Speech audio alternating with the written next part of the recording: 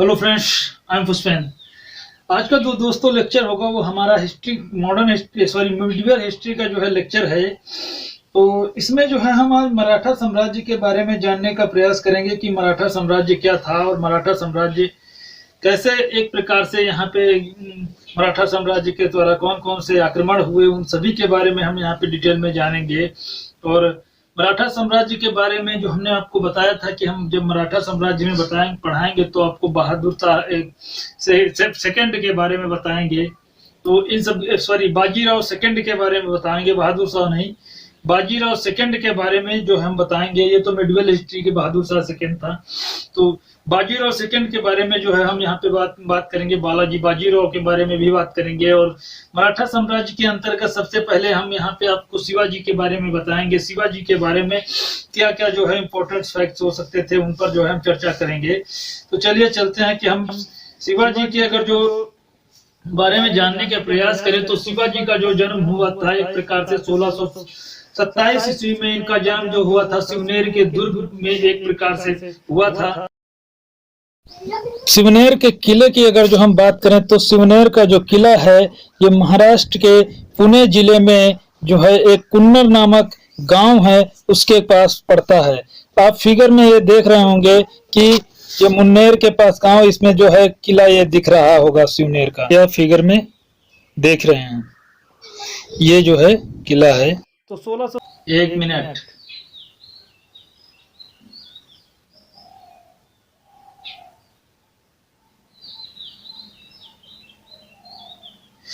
और इनके पिताजी का नाम जो था शाहजी भोसले जो थे वो बीजापुर के सुल्तान के यहाँ प्रथम श्रेणी के क्या थे, ये सरदार थे, प्रथम श्रेणी के सरदार थे ये।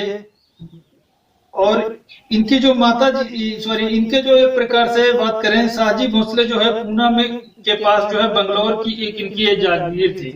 पूना के पास बंगलौर की इनकी जो है वो जागीर थी। और शिवाजी की जो माता का नाम था वो जीजाबाई था। और शाहजी और जीजाबाई के बीच में मनमुटाव होने के कारण बंगलौर में रहते थे। जीजाबाई कहाँ पे रहती थी?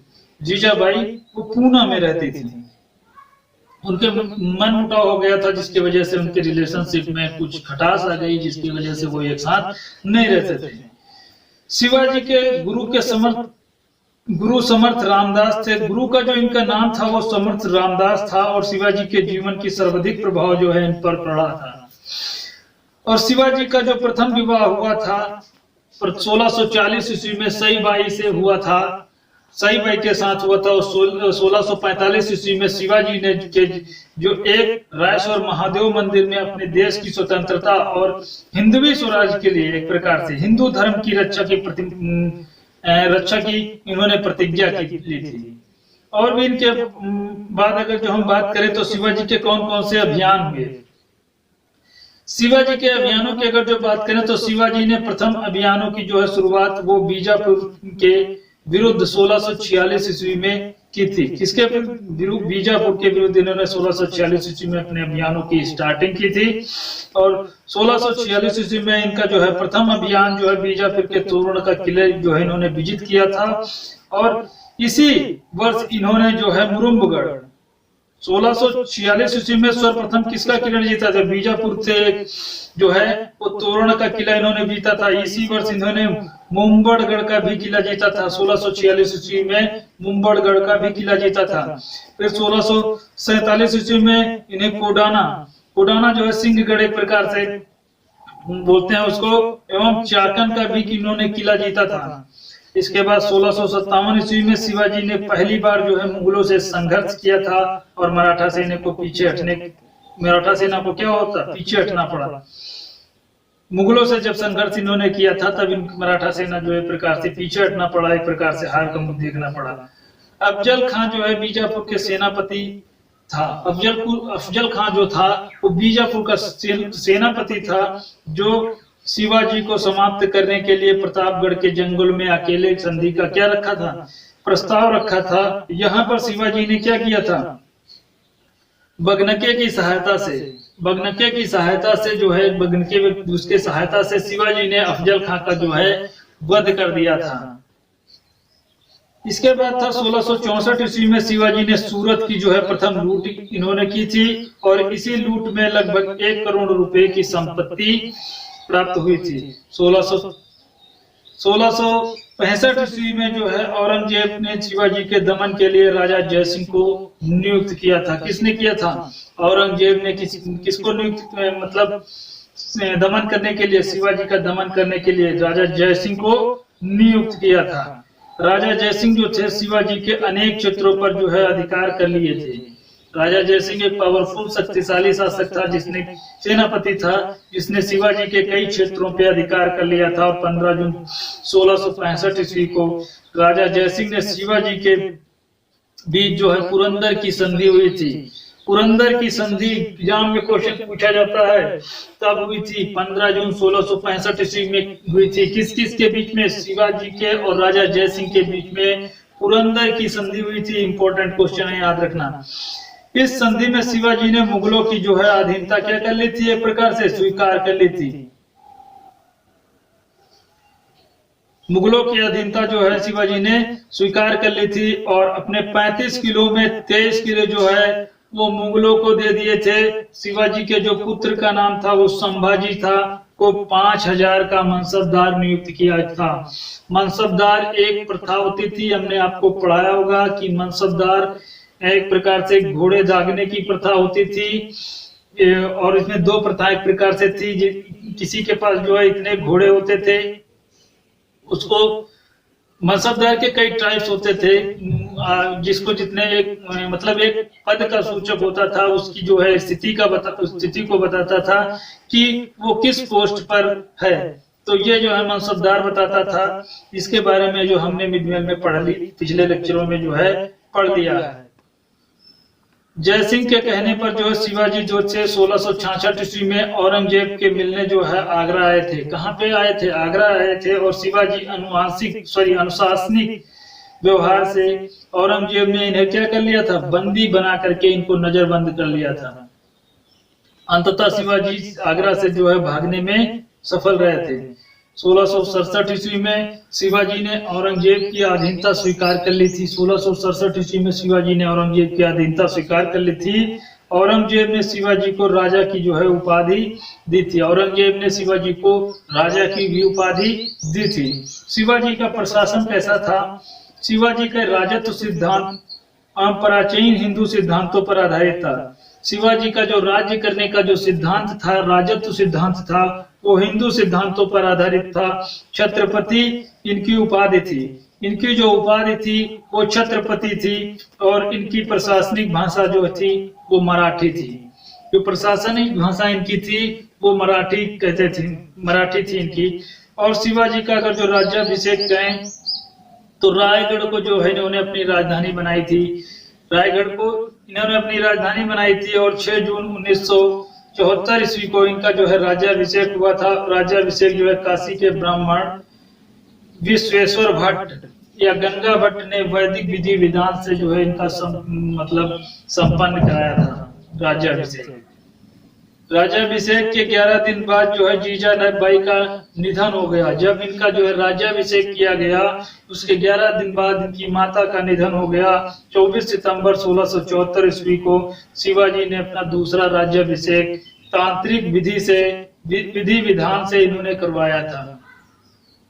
यह राज्याभिषेक निश्चलपुरी गोसाई में कराया गया था। 1680 ईस्वी में रायगढ़ में जो है शिवाजी की मृत्यु हो गई थी। शिवाजी की मृत्यु कब हुई थी? 1680 ईस्वी में। कहाँ पे हुई थी? रायगढ़।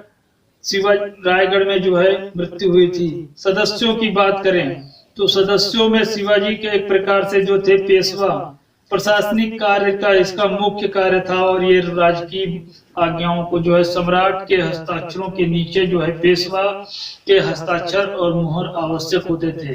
मतलब कोई भी अगर जो प्रशासनिक आज्ञा वगैरह दी जाती थी तो पहले जो राजा के हस्ताक्षर होते थे उसके बाद में पेशवा के हस्ताक्षर और मुहर लगती थी।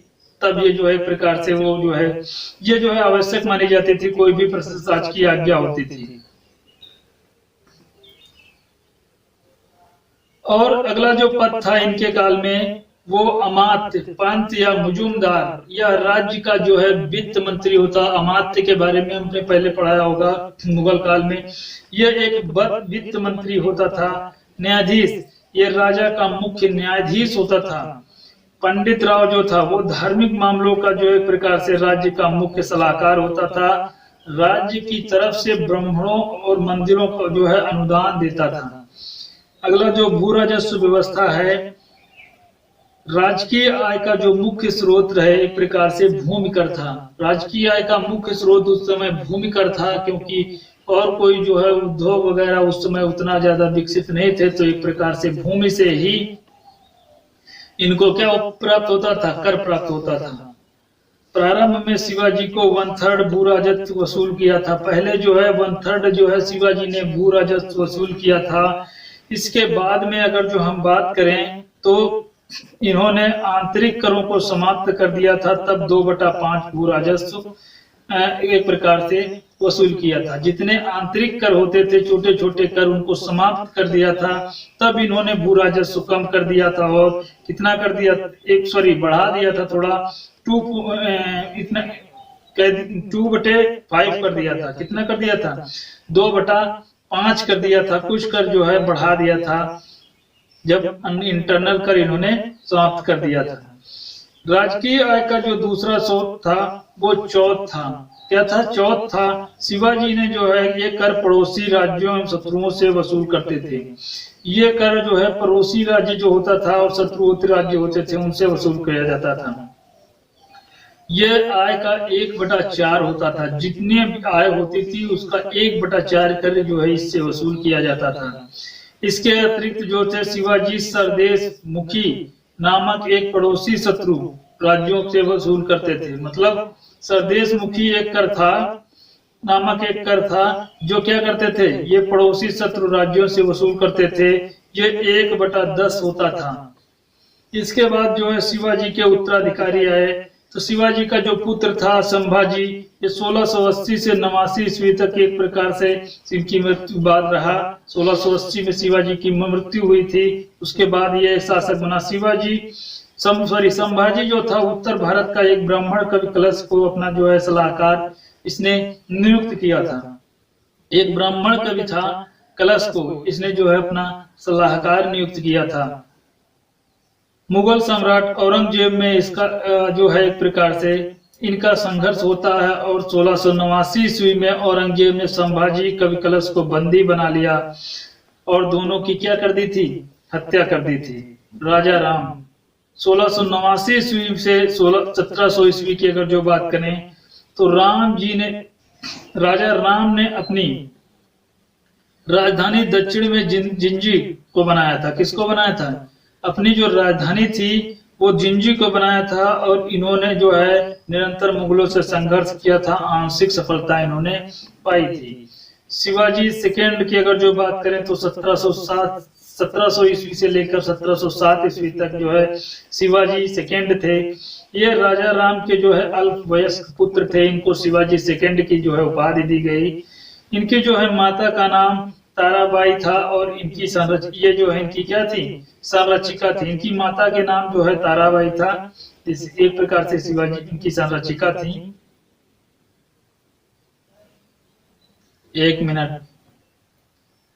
ताराबाई जो थी वो मुगलों और मराठा राज्य छीनने में जो है मुगलों से जो है मराठा राज्य क्या करने थी, छीनने में सफल रही थी। 1707 ईस्वी में औरंगजेब की मृत्यु के बाद साहू आजम की कैद में था। साहू जो था वो आजम की कैद में था और इसने जो है साहू को मतलब रिहा कर दिया था। 1707 में खेत के मैदान में ताराबाई पराजित हुई थी। किस मैदान में ताराबाई पराजित हुई थी, खेत के मैदान में। कब, 1707 ईस्वी में। कोल्हापुर चली गई थी। इसके बाद ये कोल्हापुर चली गई थी और शिवाजी सेकेंड के नाम से यही से शासन करने लगी थी। शिवाजी सेकेंड के नाम से यही शासन करने लगी थी। इसके बाद साहू छत्रपति की बात करें तो 1708 ईस्वी से लेकर के 49 ईस्वी तक 1700 ये जो है साहू छत्रपति ये शासक रहे। तो साहू ने जो है सतारा को अपनी राजधानी बनाई थी। एग्जाम में कुछ पूछा नहीं जाने वाला है। बहुत कम शिवाजी से मतलब ये मराठा साम्राज्य से क्वेश्चन पूछे जाते हैं, ज्यादातर क्वेश्चन पेशवा के काल से पूछे जाएंगे। तो ये जो है एक प्रकार से ये शिवाजी के बारे में थोड़ा याद रखिए, और ये जो है इनके कौन उत्तराधिकारी रहे इनसे क्वेश्चन नहीं पूछे जाते एग्जाम में, बहुत कम पूछे जाते हैं। हो सकता है अब जो है बढ़ा रहे हैं तो ये क्वेश्चन पूछ ले, नहीं तो पूछे नहीं जाएंगे। एक्चुअल में आपको पता होना चाहिए कि कौन क्या था, तभी जो है हम सीरियलिटी जो है आगे बढ़ पाएंगे, तो हमें पढ़ने में ज्यादा अच्छा रहेगा, कोई दिक्कत नहीं होगी। साहू के समय मराठे जो थे वो भारत के प्रथम श्रेणी के शक्ति में थे और स्थान पा सके थे, और इसके लिए जो है साहू ने जो है पेशवा ही उत्तरदायी थे। साहू एक इसके लिए जो क्या था, साहू पेशवा ही उत्तरदायी थे। मराठा छत्रपति की दृष्टि से बात करें, शिवाजी के बारे में इंपॉर्टेंट है। 1674 ईस्वी से 1601 प्रकार से 80 ईस्वी तक शिवाजी के एक प्रकार से मराठा छत्रपति की एक दृष्टि में बात करें जो है 1674 ईस्वी से 1680 ईस्वी तक एक शासक थे मराठा छत्रपति। तो उसके बाद जो थे संभाजी आए, उसके बाद कौन आए, संभाजी आए। एक मिनट,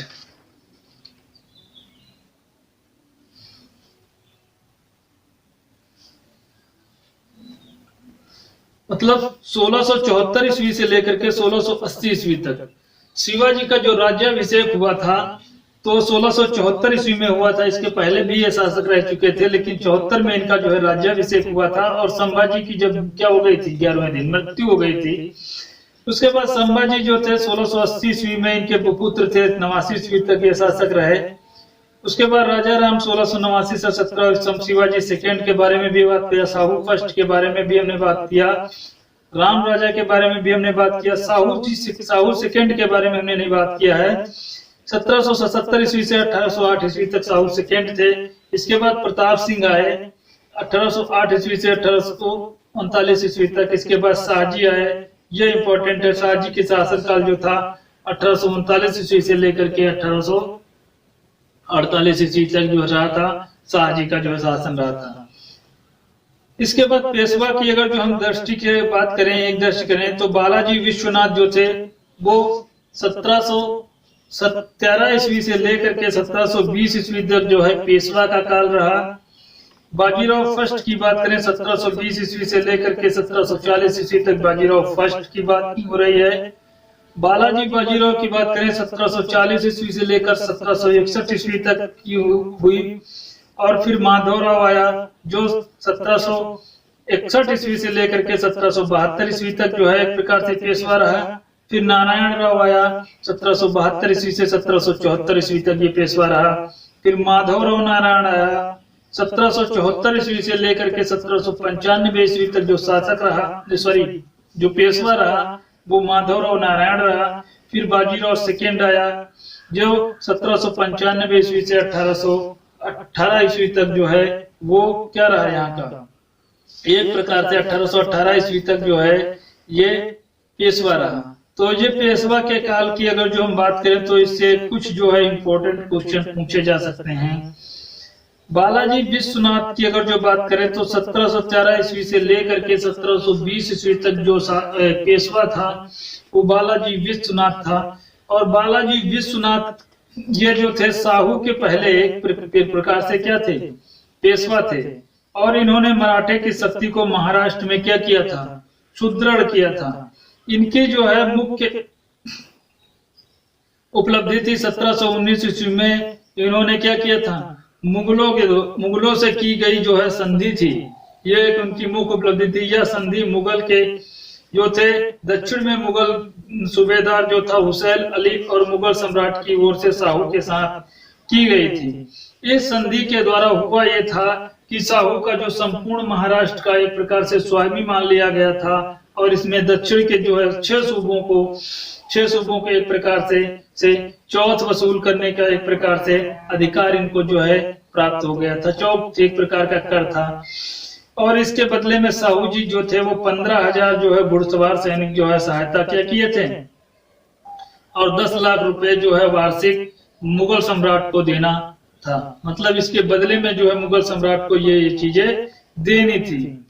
इसके बाद जो अगले जो पेशवा है 1720 से लेकर के 1740 ईस्वी तक जो इम्पोर्टेंट है उनके बारे में जान लीजिए। बाकी सभी पेशवा के बारे में एग्जाम में क्वेश्चन नहीं पूछे जाते हैं। बाजीराव प्रथम कौन थे, इनके बारे में जाने। ये जो बालाजी विश्वनाथ के जो है वो पुत्र थे। बाजीराव प्रथम जो थे ये बालाजी विश्वनाथ जो ऊपर के थे, अभी हमने पढ़ाया है, उनके ये पुत्र थे। इनके इसी के समय में जो है पेशवा का पद क्या कर हो गया था, वंशानुगत हो गया था। किसके समय में पेशवा का पद वंशानुगत हो गया था, बाजीराव प्रथम के बारे, ये क्वेश्चन एग्जाम में पूछा जा सकता है। इसके पहले जो है मराठे थे जिन्होंने उत्तर भारत साम्राज्य में क्या किया था, विस्तार किया था।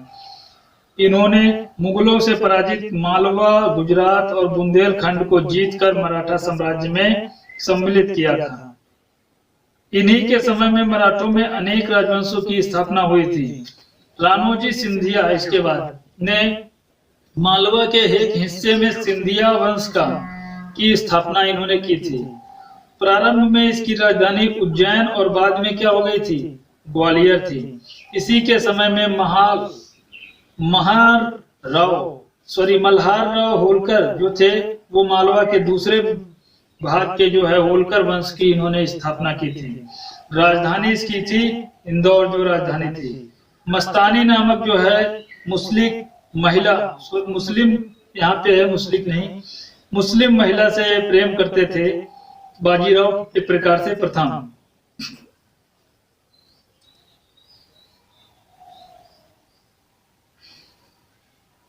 एक मिनट,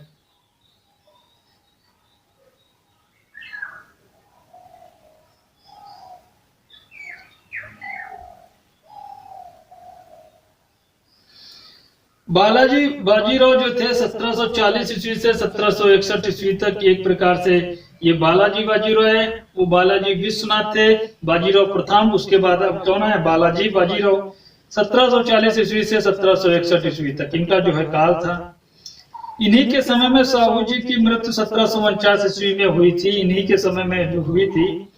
और इसके बाद जो है छत्रपति के सारे अधिकार जो है पेशवा में निहित हो गए थे। इसके बाद जो छत्रपति होता था उसके सारे अधिकार पेशवा में निहित हो गए थे। इनके समय में जो है सबसे महत्वपूर्ण घटना जो थी वो पानीपत का तृतीय युद्ध हुआ था। पानीपत के तृतीय युद्ध के बारे में भी हमने आपको बताया होगा कि पानीपत का तृतीय युद्ध वो 1761 ईस्वी में जो है हुआ था। 1761 ईस्वी में यह युद्ध अहमद शाह अब्दाली और मराठों के बीच में लड़ा गया था। मराठा सेना का नेतृत्व जो है सदाशिव राय और भौरव विश्वास राव ने जो है किया था। इसमें मराठे जो है पराजित हुए थे। मराठे क्या हुए थे, इसमें पराजित हुए थे। बालाजी जो है एक प्रकार से बाजीराव नाना साहब नाम से भी इनको जाना जाता है। किसको नाना साहब के नाम से जाना जाता है, बाजीराव को माना जाता है। 1740 से 61 ईस्वी तक जो है पेशवा रहे थे।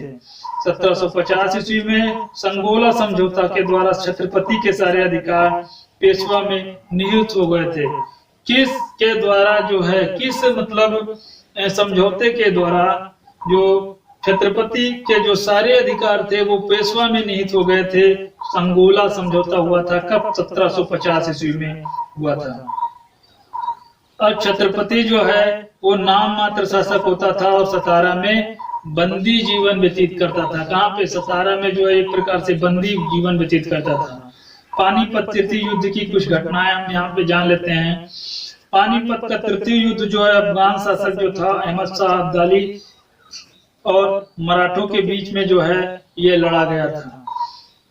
मराठों के बीच में लड़ा गया था। मराठा इस समय कौन था, मराठा इस समय जो यहाँ का था वो बाजीराव थे। कौन से, बाजीराव थे। और इसके बाद में ये युद्ध का जो मुख्य कारण दिल्ली पंजाब की राजनीति में मराठों का क्या था, हस्तक्षेप था। दिल्ली, इसका जो कारण था वो दिल्ली एवं पंजाब की राजनीति में मराठों का हस्तक्षेप कर रहे थे, ये इसका एक मुख्य कारण। इसी युद्ध में मराठों में भीषण पराजय हुई थी और महाराष्ट्र का कोई ऐसा परिवार नहीं था जो स्वजन की मृत्यु पर क्या किया, शोक न मनाया हो।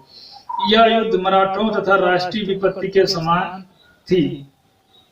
इस युद्ध का नेतृत्व पेशवा बालाजी बाजीराव का चचेरा भाई सदाशिवराय भाऊ और पेशवा का पुत्र विश्वास राव कर रहे थे। मराठों की ओर से जो है तोपखाने का नेतृत्व इब्राहिम गादी ने किया था और इस युद्ध का आंखों देखा वर्णन जो है एक प्रकार से मतलब किया गया है। तो ये जो है यहाँ से जो है मिडवेल हिस्ट्री का जो लेक्चर है वो समाप्त होता है। तो मिडवेल हिस्ट्री यहाँ से जो है एक प्रकार से समाप्त हो जाती है। अब हम आगे जो है लेक्चर में वो एंशियंट हिस्ट्री के बारे में जानेंगे। एंशियंट हिस्ट्री क्या थी, तो इसके बारे में जो है हम नेक्स्ट डे बात करेंगे, नेक्स्ट लेक्चर में बात करेंगे। तो अगर जो वीडियो अच्छा लगे दोस्तों तो इसको लाइक और शेयर सब्सक्राइब जरूर करें। वीडियो देखने के लिए आपको बहुत बहुत धन्यवाद।